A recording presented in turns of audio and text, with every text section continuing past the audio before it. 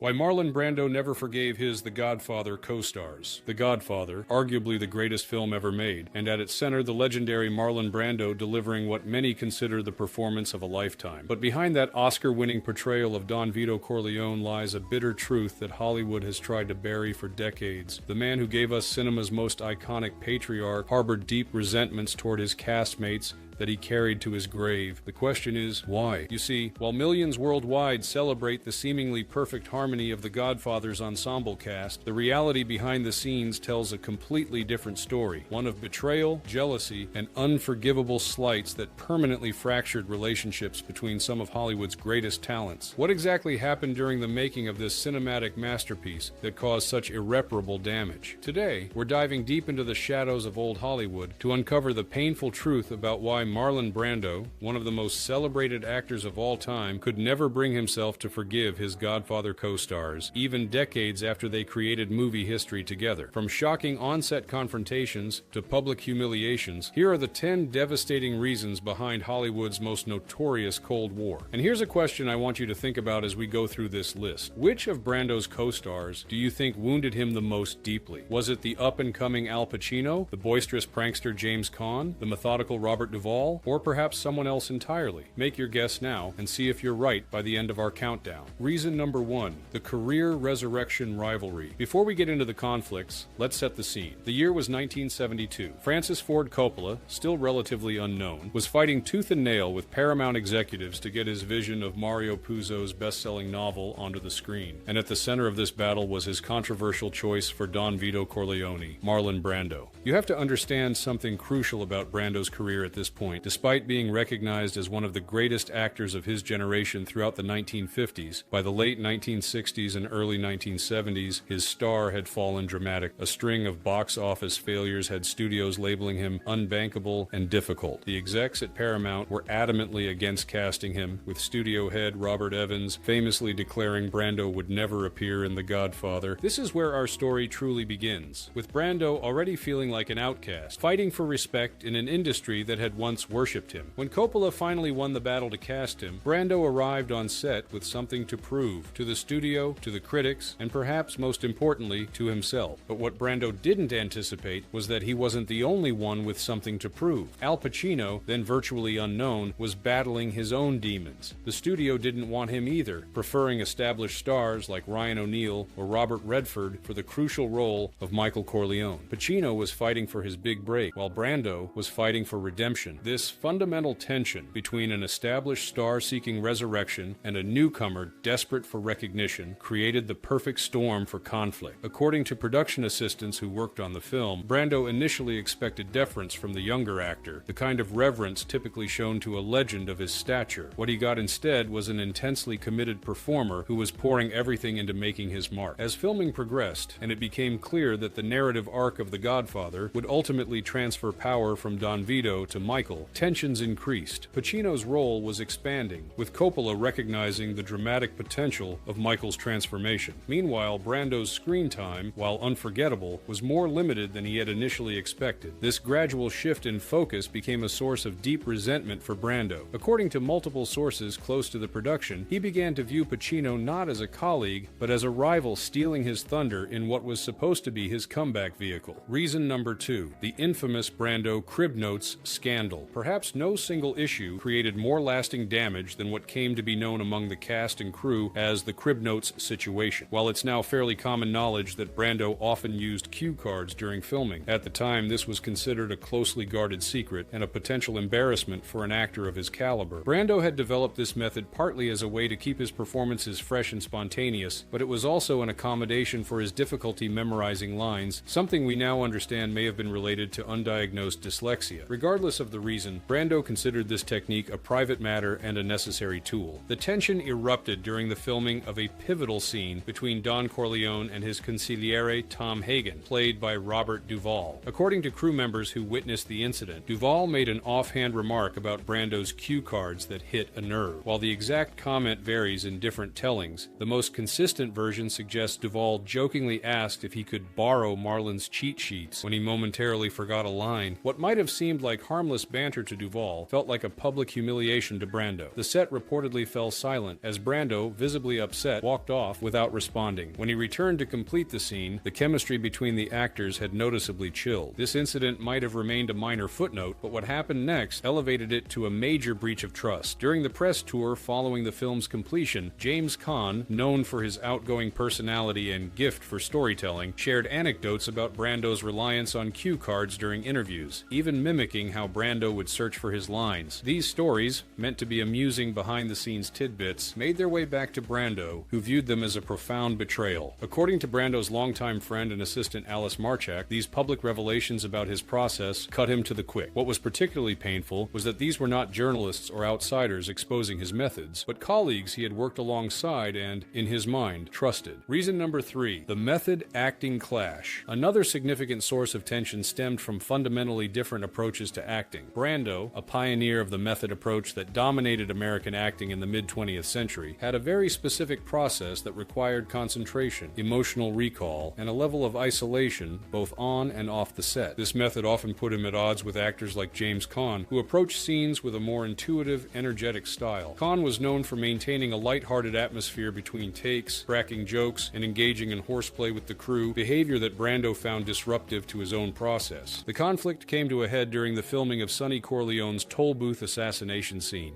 Although Brando wasn't in this sequence, he was on set that day observing. According to crew members, Caan's boisterous behavior before filming the emotionally demanding scene struck Brando as unprofessional.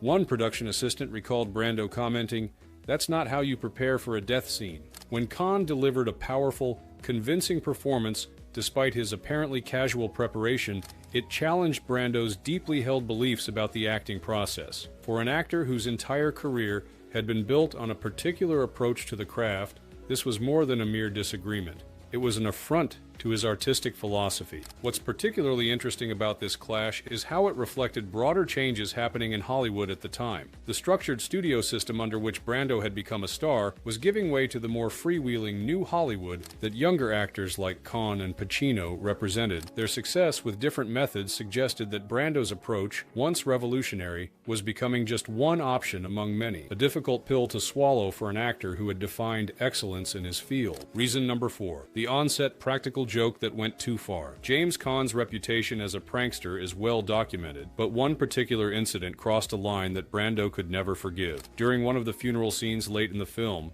Caan orchestrated what he considered a harmless practical joke involving Brando's carefully crafted makeup. Don Vito Corleone's distinctive appearance, the jowls, the pockmarked skin, was the result of hours in the makeup chair each day, a transformation that Brando took extremely seriously.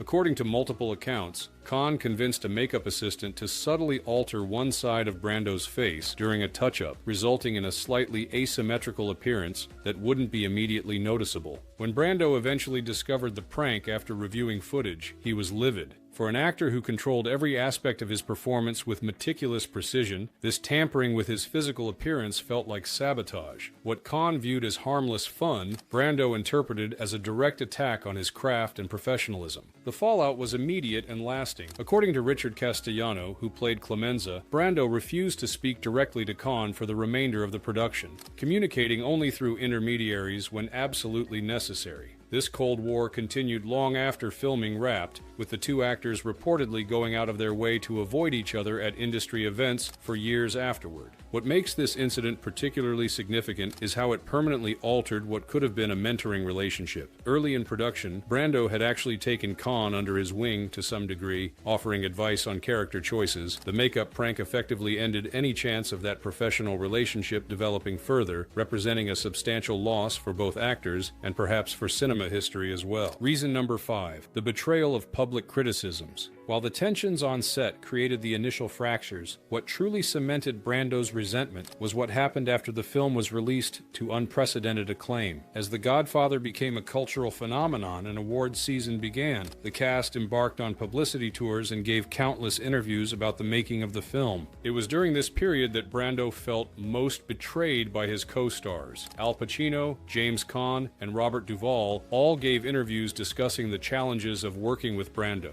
While many of their comments included obligatory praise for his talent, they also contained revelations about his working methods, his weight issues, and his sometimes disruptive on-set behavior that Brando found deeply hurtful. One particularly damaging interview appeared in Playboy magazine, where Caan described Brando as brilliant but bizarre, detailing how Brando would sometimes go off on tangents that had nothing to do with the scene, and how the cast would just have to wait until he circled back. While this might seem like relatively mild criticism, to the highly sensitive Brando, it felt like a public humiliation. Pacino's interviews were generally more respectful, but even his careful comments about how Brando worked differently than the rest of us carried an implicit criticism that the veteran actor detected and resented. According to those close to Brando, he felt that these young actors he had worked alongside were using his reputation and the public's fascination with him to elevate their own profiles at his expense. Robert Duvall, in a television interview shortly after the film's release, mentioned Brando's use of cue cards, saying, "Marlon has his own process, his own methods for getting to the truth of a scene. Though not overtly critical, the mere public acknowledgement of this private technique felt to Brando like another violation of trust. What was perhaps intended as honest reflection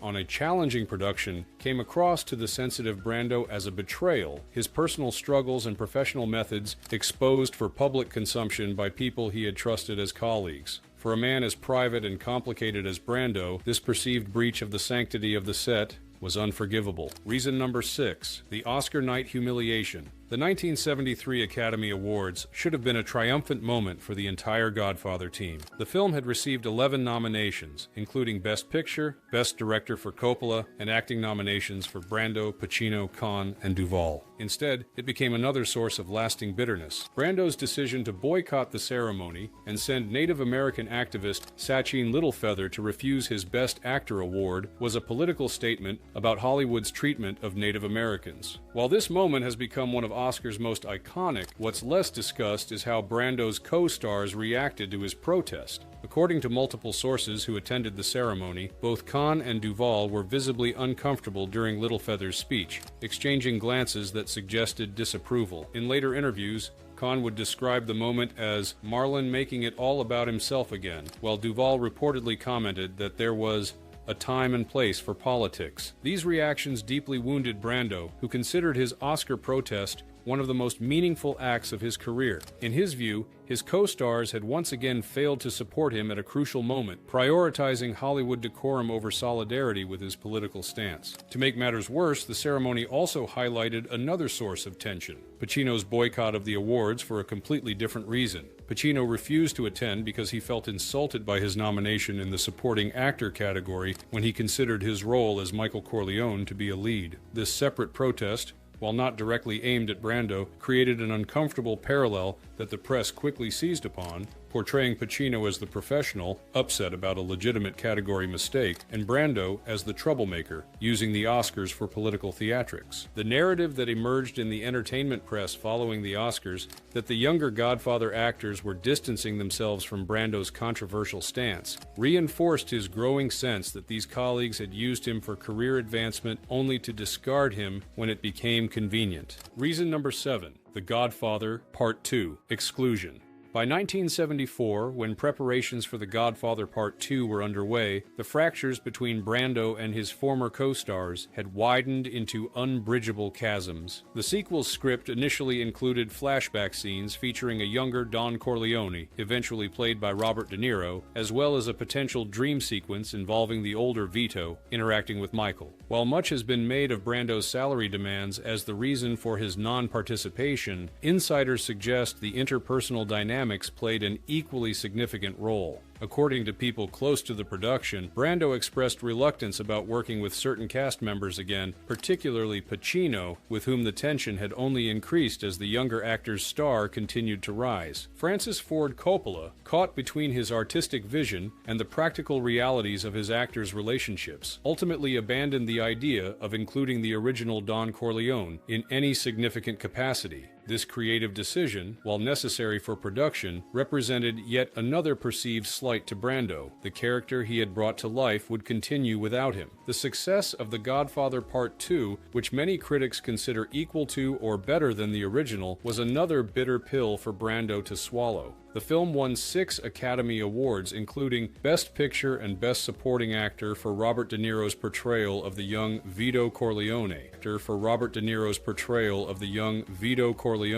accolades that served as painful reminders of what Brando viewed as his exclusion from the continued legacy of a character he had defined. According to his biographer, Peter Manso, Brando refused to watch The Godfather Part 2 for years, unable to bear seeing another actor inhabit the role he considered his greatest achievement. This resistance speaks volumes about how deeply connected he felt to the character and how personally he took his absence from the sequel. Reason number 8, the tabloid wars and unauthorized biographies. As the 1970s progressed, the entertainment media's fascination with Brando only increased, fueled by his increasingly eccentric behavior and reclusive lifestyle. This period saw a proliferation of unauthorized biographies and sensationalistic tabloid coverage that often relied on inside sources for intimate details about the actor's private life and working methods. Brando became convinced that some of his Godfather co-stars were among these sources, providing journalists with unflattering anecdotes in exchange for favorable coverage of their own careers. While direct evidence of such betrayals is difficult to verify, several publications from the era did feature quotes from anonymous cast members describing Brando's difficult behavior during The Godfather's production. One particularly damaging article in a 1976 issue of Hollywood Reporter included details about Brando's weight fluctuations and emotional outbursts that could only have come from someone with direct access to the set. The piece quoted an unnamed close colleague describing how Brando would retreat to his trailer for hours, emerging only when Coppola personally coaxed him out. The level of specific detail convinced Brando that one of his co-stars had violated his privacy. James Caan, in particular, became a subject of Brando's suspicion. Caan's rising profile during this period coincided with some of the most negative coverage of Brando, leading the older actor to draw connections that may or may not have been justified. According to those in Brando's inner circle, he would clip and save articles that he believed contained information leaked by former colleagues, building what amounted to a dossier of perceived betrayals. Whether these suspicions were founded or the product of Brando's increasingly paranoid worldview remains debatable. What's clear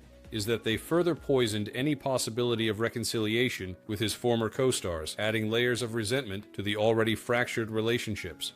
Reason number 9, the disputed legacy of Don Corleone. As years passed and The Godfather became enshrined as one of cinema's greatest achievements, a subtler but no less significant conflict emerged around the legacy of the film and, specifically, the character of Don Vito Corleone. This wasn't about on-set behavior or personal slights, but something perhaps even more important to Brando, who would control the narrative about his most iconic role. In interviews throughout the late 1970s and 1980s, various Godfather cast and crew members offered their perspectives on what made the film special. Francis Ford Coppola often spoke about his battles with the studio and his vision for the story. Cinematographer Gordon Willis discussed the revolutionary lighting techniques. The actors reflected on their performances and character choices. What troubled Brando was how these narratives sometimes minimized his contributions, or suggested that Don Corleone's memorable impact was as much about Coppola's direction or Puzo's writing as it was about his performance. According to his longtime friend George England, Brando was particularly bothered by comments from Pacino in a 1982 interview where he suggested that the strength of The Godfather lay in its ensemble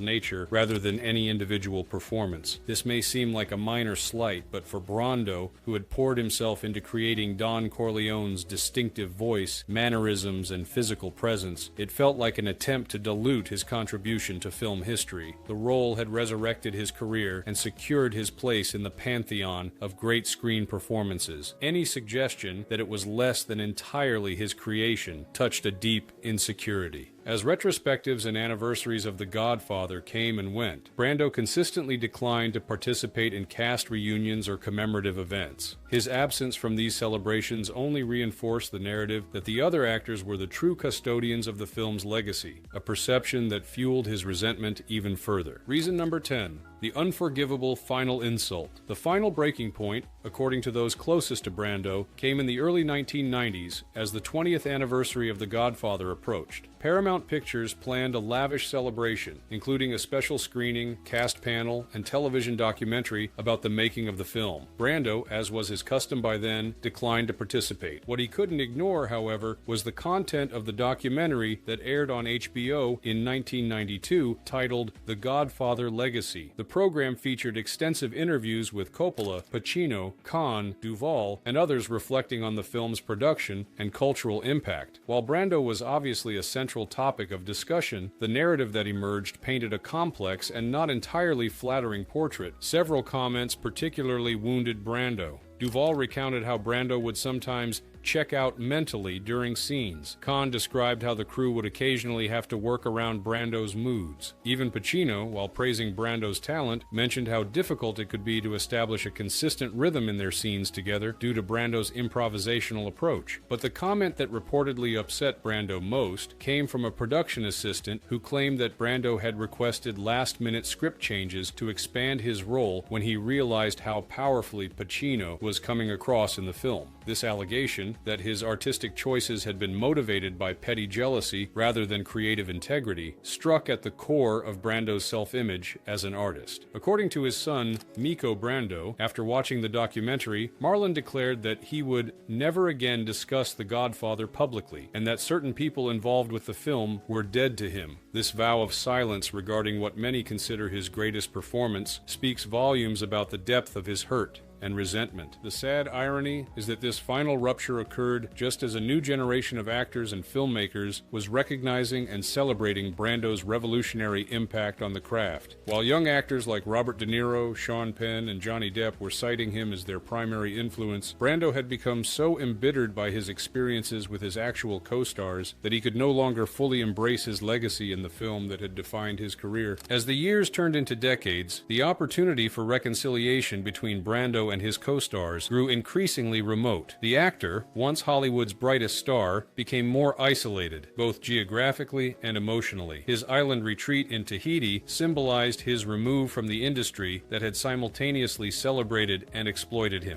The release of The Godfather Part 3 in 1990 might have provided an opportunity for healing, but Brando was notably absent from any involvement, even as Francis Ford Coppola attempted to bring closure to the saga that had defined all their careers. According to those close to the production, there were preliminary discussions about including Brando in a dream sequence or flashback, but these talks never progressed beyond initial conversations. What makes this continued estrangement all the more tragic is that these were men who had, together, created something transcendent. The Godfather stands as a high watermark in American cinema, a perfect alchemy of performance, direction, writing, and technical craftsmanship. Yet the very people responsible for this masterpiece couldn't set aside their differences to celebrate what they had achieved. By the late 1990s, as the 25th anniversary of The Godfather approached, Paramount planned a major celebration and re-release. Efforts were made to reunite the principal cast, but once again, Brando declined all involvement. According to his representatives, he cited health concerns, but insiders suggested his ongoing resentments played the deciding role. The final blow to any possibility of reconciliation came as Brando's health genuinely began to decline in the early 2000s. Even as he faced his own mortality, the actor maintained his distance from his former colleagues. When asked in one of his final interviews if he had any regrets about relationships in his professional life, he cryptically responded, "When trust is broken, it's like trying to repair a cracked mirror. You might fix it, but you always see the damage in the reflection." When Marlon Brando passed away on July 1st, 2004, at the age of 80, the obituaries and tributes inevitably focused heavily on his role as Don Vito Corleone. The performance that had resurrected his career had now become the cornerstone of his legacy. In death, as in the latter part of his life, he remained inextricably linked to The Godfather. The responses from his former co-stars were revealing in their restraint. Al Pacino released a brief statement calling Brando an angel and a demon and everything in between, and more than anything else, a deeply gifted and giving artist. James Caan similarly kept his comments respectful but brief, noting that Marlon changed the way we all thought about acting. Robert Duvall perhaps came closest to acknowledging their complicated relationship, saying, "He could be difficult, yes, but when the camera rolled, you were in the presence of something extraordinary." What's particularly striking is what wasn't said in these tributes. There were no warm anecdotes about their time together on set, no stories of friendship or mentorship, none of the personal touches that typically characterize remembrances between people who created something as intimate intimate and intense as a film. In the years since Brando's passing, some of the surviving Godfather cast members have become more forthcoming about the complexities of their relationships with him. In a 2015 interview, Al Pacino finally addressed the rumors of tension more directly, saying, "Marlon and I, we had a professional respect, but we came from different worlds, different generations. I think he saw something of himself in me, and maybe that wasn't always comfortable for him." James Caan, in one of his last interviews before his own passing in 2022, reflected, "Look, we were making a movie about a family with a lot of complicated dynamics, and sometimes life mirrors art, you know? Marlon was like the father none of us quite knew how to please." Perhaps the most telling comment came from Robert Duvall during a film festival Q&A in 2019. When asked about Brando's influence, he paused thoughtfully before responding. "I learned so much from watching him work, even when the working relationship wasn't easy. Sometimes the most complicated people have the most to teach us. I just wish we'd had the chance to talk about it all before it was too late." The tragedy of this story isn't just that Brando never reconciled with his Godfather co-stars, it's that this inability to forgive and move forward deprived all of them, and by extension, the world of cinema, of what might have been. The creative alchemy that produced one of the greatest films ever made might have led to other collaborations, other masterpieces. Instead, what we're left with is a bittersweet legacy. A perfect film born from imperfect relationships, a cinematic family whose fictional bonds on screen far outlasted their real-world connections. In a strange way, there's something appropriately Shakespearean about this. These actors who portrayed the most famous fictional family in cinema couldn't maintain their own bonds once the cameras stopped rolling. And that brings us to the end of our look at the 10 shocking reasons why Marlon Brando never forgave his Godfather co-stars. What a complicated, fascinating figure he was. A man capable of creating art that will live forever, yet unable to heal the personal wounds that haunted him throughout his life. It makes you wonder, doesn't it? How many of our cultural touchstones, the movies, music, and art we cherish, came from places of conflict and pain? Perhaps there's something about that creative tension that produces greatness, even as it leaves lasting scars on those involved. The Godfather remains, in many ways, a perfect film, a seamless blend of performance, direction, writing, and technical craft. Yet the human story behind it reminds us that even our cultural icons are, at the end of the day, just people, complicated, flawed, and subject to the same jealousies, insecurities, and resentments that afflict us all. If you enjoyed this exploration of old Hollywood's hidden history, please take a moment to like this video and subscribe to our channel. We're dedicated to uncovering the truth behind the golden age of cinema, the stories that weren't included in the official narratives. And I'd love to hear your thoughts in the comments. Were you surprised by Brando's long-standing grudges? Do you have other Hollywood relationships you'd like us to explore in future videos? Your engagement helps us create content that matters to you. Thank you for joining me for this journey into one of Hollywood's most fascinating and complex relationships. Until next time, this is Legacy News, celebrating the truth behind the glitz and glamour of Hollywood's golden age.